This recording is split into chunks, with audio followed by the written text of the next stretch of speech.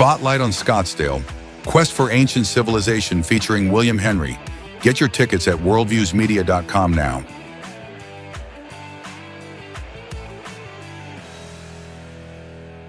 You know what, Dave? Hmm. I think it's time to go on a quest. You mean like for pizza? Well, that sounds good, but I was thinking about that quest for ancient civilizations. Ah, you're talking about the upcoming conference by Worldview Z Media and Wandering Wolf Productions in Scottsdale, Arizona. December 5th through the 7th. Get your tickets now at worldviewzmedia.com. See you there. Okay, December 5th through the 7th, there is nowhere you need to be except Scottsdale, Arizona. The Quest for Ancient Civilizations Conference is featuring speakers like AJ from the Y-Files, Gary from Nerdrotic, Jimmy from Bright Insight, Dan Richards, Mike Collins, Will Brown, and literally so many more. So don't miss your chance to be there and see all of this in person, but don't worry, if you're not going to be able to make it to Scottsdale, you're going to be able to live stream it. Link to all of that information down below. And I've got some special surprises for you, along with my buddies Mike and Dave from Mike and Dave's Multiverse, and our pal Aaron from Breaking Ancient News. So join us, join in the fun, and get your tickets now to the Quest for Ancient Civilizations Conference, December 5th through the 7th in Scottsdale, Arizona. See you there.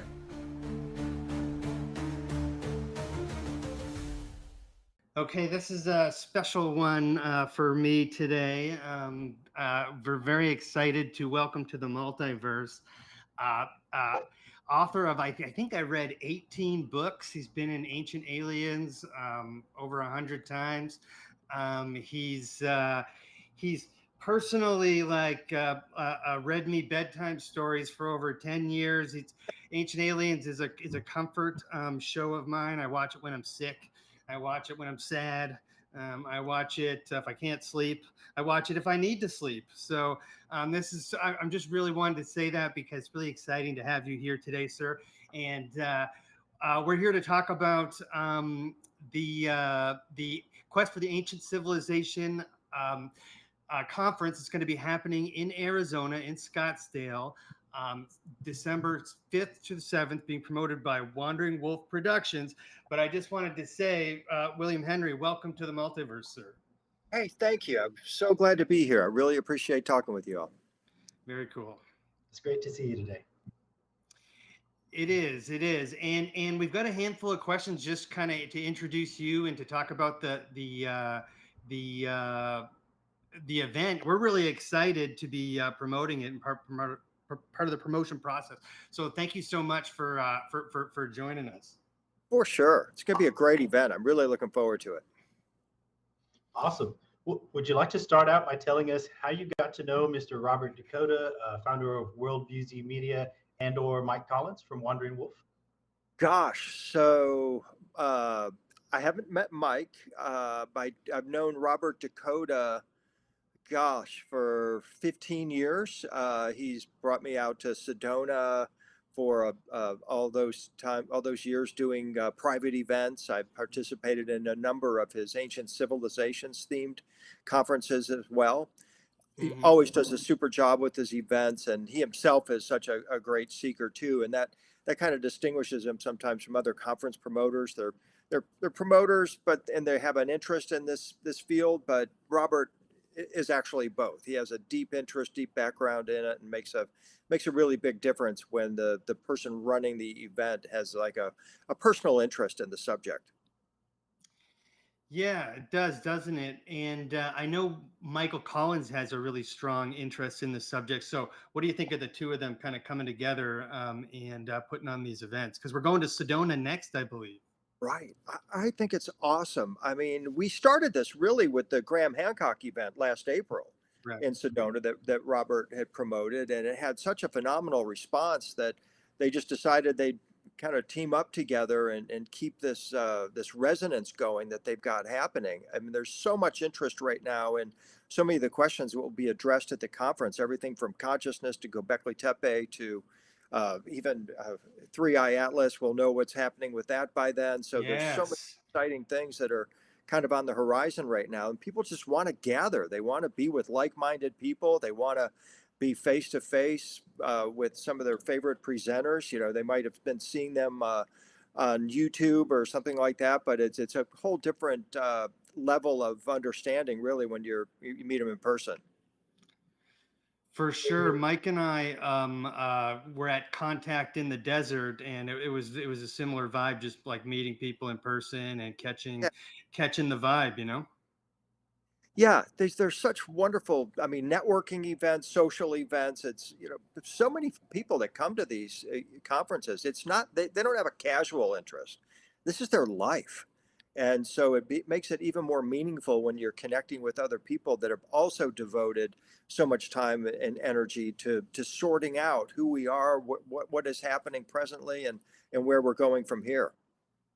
Mhm. I'm glad you mentioned 3i Atlas. At time of recording, Mhm. 3i Atlas has not arrived per se, but by December, we may maybe come to find out 3i Atlas is on its way because it bought a ticket to the Quest for Ancient Civilizations conference. Well, I had this idea. I don't know what you guys think. I'm just throwing it out there. If Michael Collins is watching, he probably is. But we should have an event where we get a telescope and we all go out and look at it. We'll be in the desert, right? Yeah, that's a great idea. I mean, it brings back memories for me of Hale-Bopp when it Mm-hmm. came.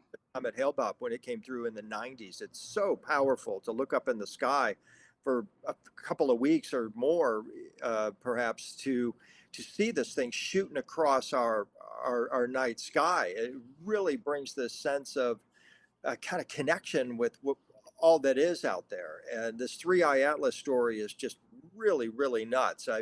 In my Egypt tours, I've been doing talks on Oumuamua since 2017, and comparing them with the Edfu creation texts back, I don't know, gosh, 2005, 6. I had quote unquote decoded the Edfu creation text and noted that they actually are just talking, I think, about as the source material for Plato's Atlantis story. Mm-hmm. And in fact, Nat Geo went to Egypt with me in 2006 for an episode of a show called Atlantis, Is It Real?, to shoot me down, to dispute that connection.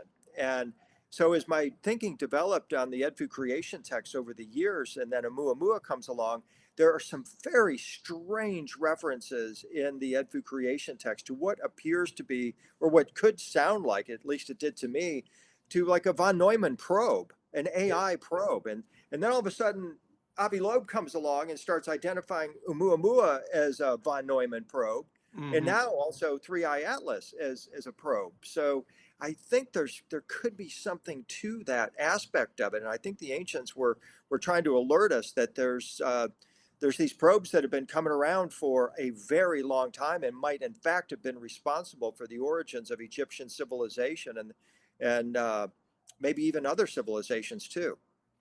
Yes. Yeah. And an incredible video on the lion-headed people of Egypt, where you had spoken about that as well. So that's awesome.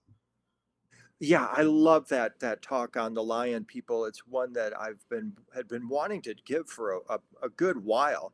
I'm a cat lover. I have cats, and they're always in my head saying, "Tell them about the cats. Tell them about the cats." And so I finally got an opportunity to put together a pretty comprehensive presentation, at least in my view, of the influence of the lion people in so many different cultures, and then to link them together.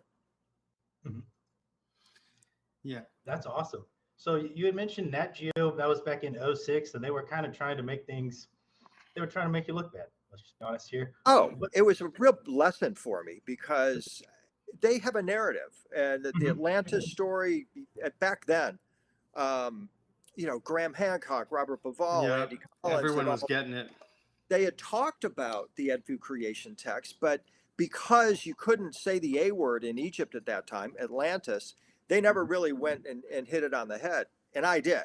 And then when Nat Geo found out about it, they kind of flipped their lid. I mean, they were going to do everything they possibly could to sever this possible connection between Plato in the Atlantis story and the Edfu creation text. And it was a shocker to me to see how they actually operated and what their intention was actually to do, which was to completely dispel that notion. And now here we are 20 years later, And it's just part of the vernacular. It's every time I turn around, someone's saying, Edvard Creation text is the Atlantis story. It's like, yeah, that's correct. It absolutely is.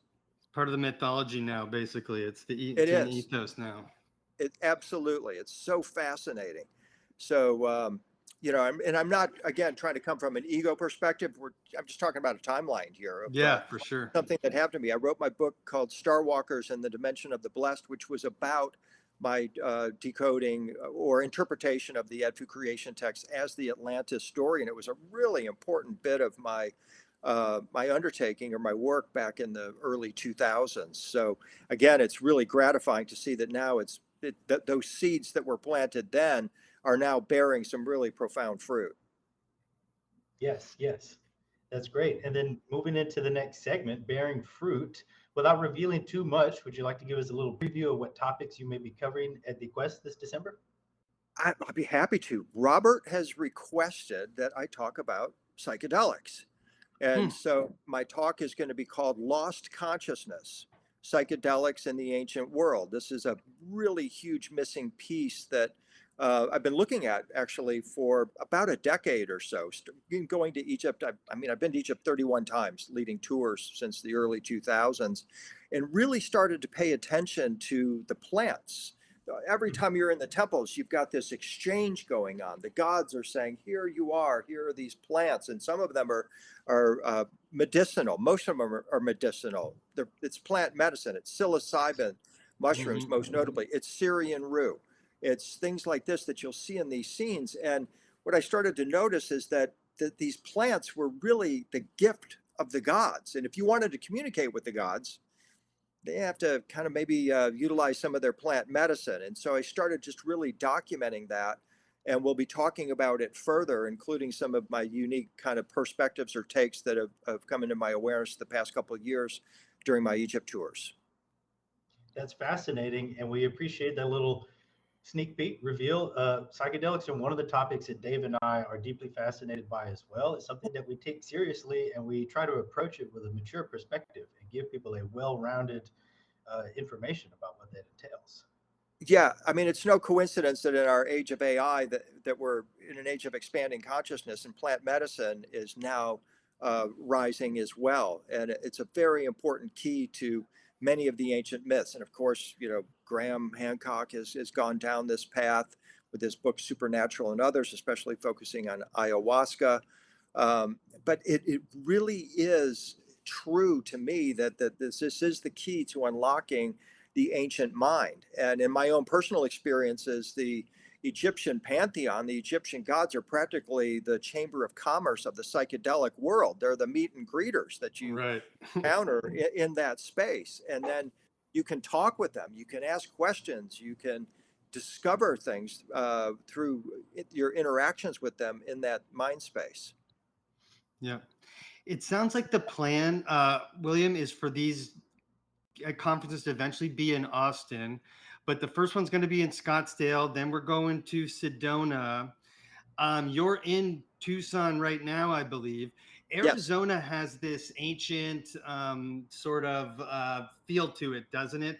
Like, don't you think it's kind of a special place to hold events like this? What do you think about the choice to have these events here or there in Arizona? I think Arizona, yeah, is definitely the place to be.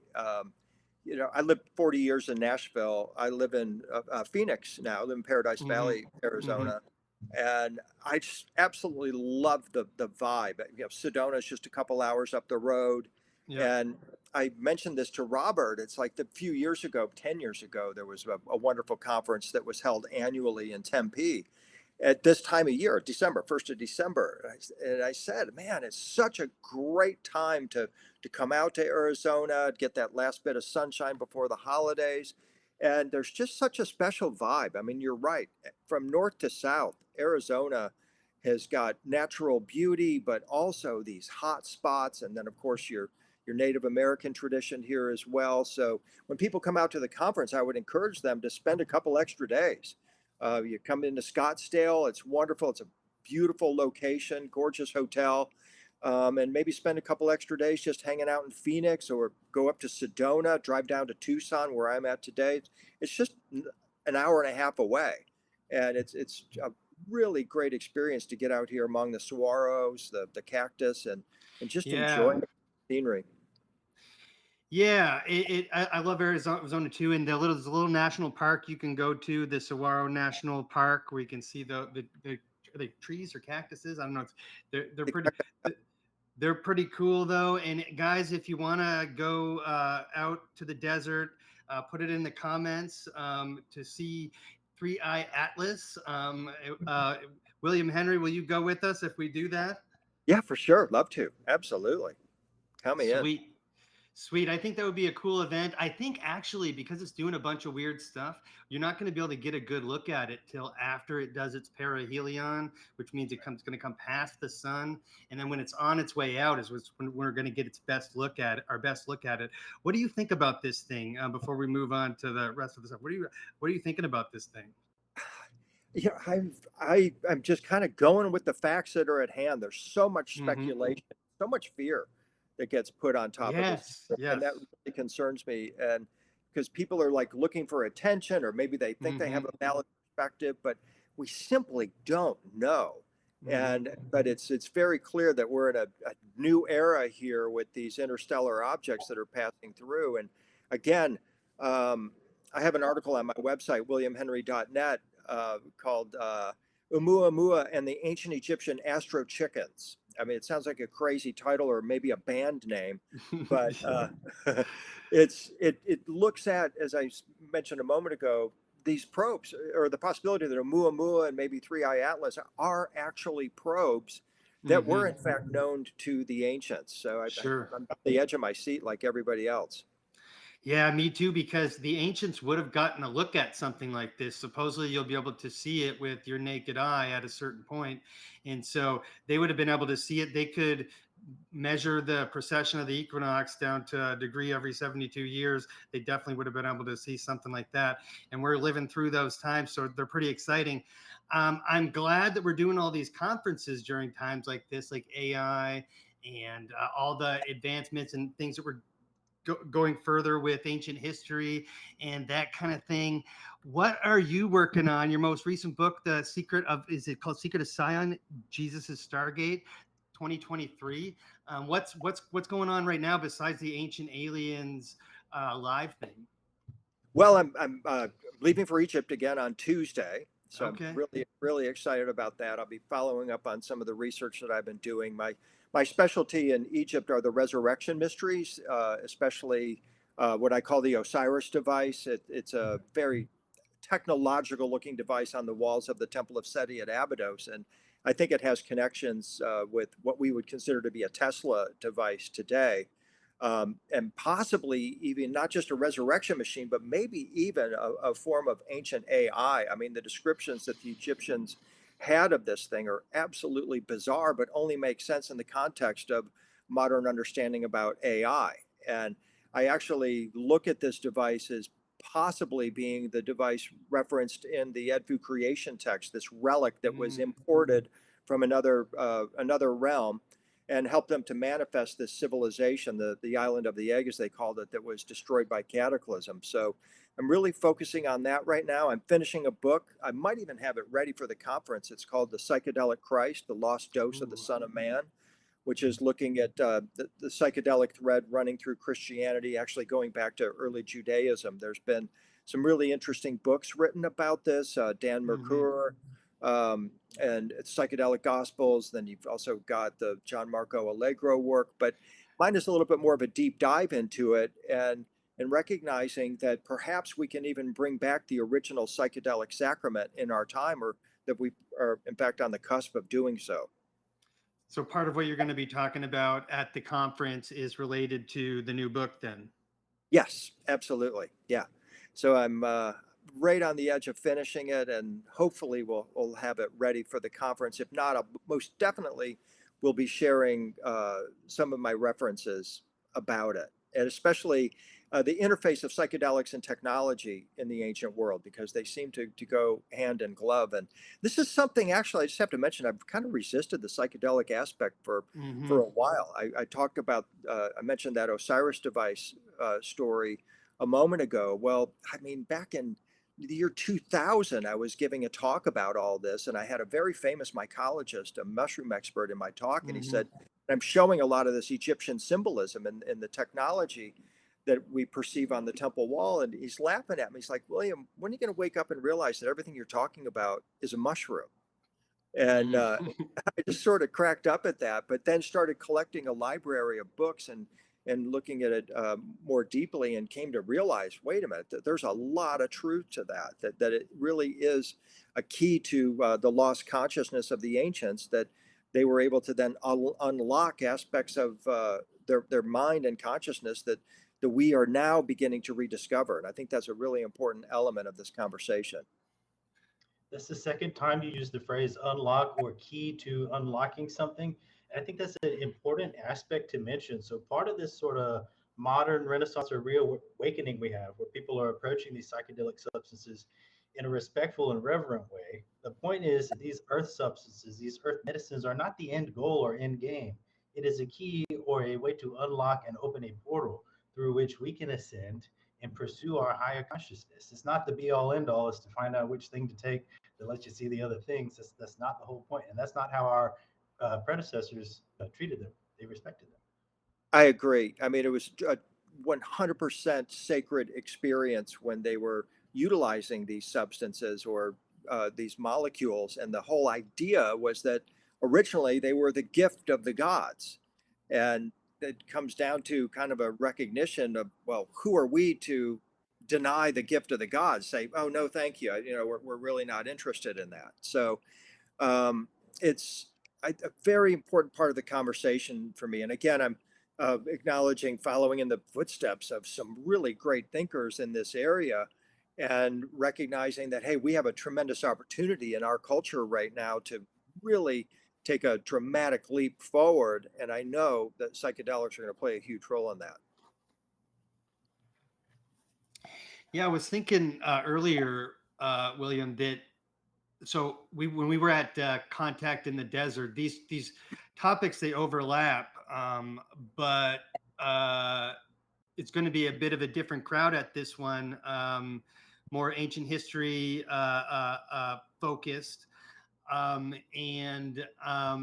do you think about that sort of overlap, and how, like, I mean, it's the whole ancient aliens concept, right? But like that whole overlap, and because there is an overlap between the UAP UFO world and lost ancient civilization, and in the role of these conferences and kind of bringing those together. Yeah, I mean, the idea is, I mean, as you mentioned in the introduction, I've been part of Ancient Aliens since 2011. We're now pushing 300 episodes. I've been on over 250 of them. Wow. Yeah. And what the show did, really more than anything, I mean, people, kind of snicker at it sometimes, and, they're like, oh, that's not what they perceive as actual history. But all we're really trying to do is open up a dialogue, asking questions, and at times coming to conclusions. But this is the value of these conferences. If you're not combining, in my opinion, if you're not combining the contemporary news about disclosure, the ascension movement that's happening with ancient history, what's the point? I mean, it's like we're needing to embody this right now, because what we all need really is to be the best possible version of ourselves that we can. And that comes from a fundamental understanding of our history, which is super important, especially our lost history, the recognition that the narrative. I mean, I graduated high school in 1980. I'm like a dinosaur in this, among some of these people that I present with. But when I graduated high school in 1980, they told us civilization was 5,000 years old. Right. And now we know it's at least 14,000 years old. And if that doesn't start to make you want to dig deeper into who we are and find out what happened, and if it's possible it's going to happen again, you can just live a sleepy existence if you want, but it's so much more fun when you're involved in some of these discoveries and recognizing what a time of disclosure in so many different areas that we're living in right now. For sure, for sure. And conferences like these are great for bringing all these minds together. But topics like these are going mainstream. For example, Jimmy Corsetti was on Pierce Morgan, Mhm. and it's about almost as mainstream as you can get. Jimmy's going to be one of the headliners here at the show. Is there anybody that you're looking forward to seeing that you haven't seen before, haven't met before at the Almost everybody. conference? Yeah, absolutely. I know Hugh, I know Hugh Newman, I know JJ, I know, of course, David Childress and Robert. Hmm. Uh, uh, as you mentioned, Jimmy Corsetti. Can't wait to hear his presentation and Hmm. all the others as well. We think one of the great things about these conferences is because it gives people a chance to get out from behind the computer and be there in the room, even if it's perhaps the same type of material you might watch on a video. Just being there in fellowship with other people who are asking the same questions is how we move Yeah, forward. and as a presenter, I mean, it's such a great opportunity to look people in the eye and see a reaction, and understand that you're really connecting dots for people, and that this isn't just a mental exercise. This is purely spiritual work that we're really doing here, because it's answering important questions about, as I mentioned a moment ago, who we are and where we're going to go from here. And so, to me, it's not a religious experience, but it is a spiritual experience to be among so many like-minded people and discovering what we're seeking here. Yeah, I have a feeling the human discovery of our soul and mind and consciousness and all that stuff's going to go into overdrive here in the next couple of years. So I think we should all buckle up and try to, as you mentioned, William, be the best versions of ourselves, right? And as we wrap things up, is there where can everyone find you? Obviously, everyone knows where they find you, but you mentioned williamhenry.net. Yeah. Yeah, that my website, williamhenry.net. I just recently, back in April, launched the Star Walker Cafe, which is my current main project, which is an online event platform for talking about how humans not only ascend, but also how we can evolve. I mean, I mentioned I'm 16 seasons into Ancient Aliens, looking at questions Mhm. about, did extraterrestrials come here in the ancient past? Is this what these stories are talking about? So now I'm reversing that and asking, well, how can humans go there, Mhm. without turning ourselves into machines, or without having to have dependence on like a military? How can Right. we begin to begin making contact in the right way and recognize that this is an aspect of the human story? So I'm going back through history and looking at all these examples of figures that have the conscious ascenders. I call them Star Walkers is the term that I've been using since the early 2000s, because these are beings that actually travel interdimensionally. They connect with other star beings, star systems, and and we all have that ability to do that. And so it's the Star Walker Cafe is devoted to finding ways that people can experience this in their own personal life today. Personal experience is so important, and I'm glad you shared that personal angle because it's up to all of us to take the next step. Anybody who's waiting on an authority institution or authority figure, you Yeah, might as well keep waiting. What's happened exactly. so far with all of those? It's up to us the next step. For Totally agree. sure. So glad you guys are doing what you're doing. It's totally meaningful and so important right now. Thank you, sir. And yeah, I had an similar experience. I had a conversation with our friend Mike and his friend Jason Quitt. Do you know Jason Quitt?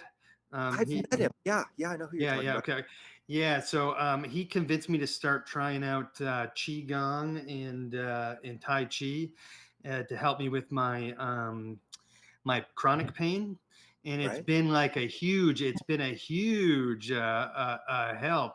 And like we met him through doing this and going to contact in the desert and stuff like that. So just good connections, good vibes all around. for sure. That's what we like here in the multiverse. And really, it truly was an honor to have you on the show, Oh, thank you. It's been my Mr. Henry. pleasure. Yeah, and thank you so much. We'll see you in December. I will look forward to that and look forward to meeting everybody that's watching today as well. So thanks very much, guys. Thank you, William. We can't wait to meet you. You as well. Thank you.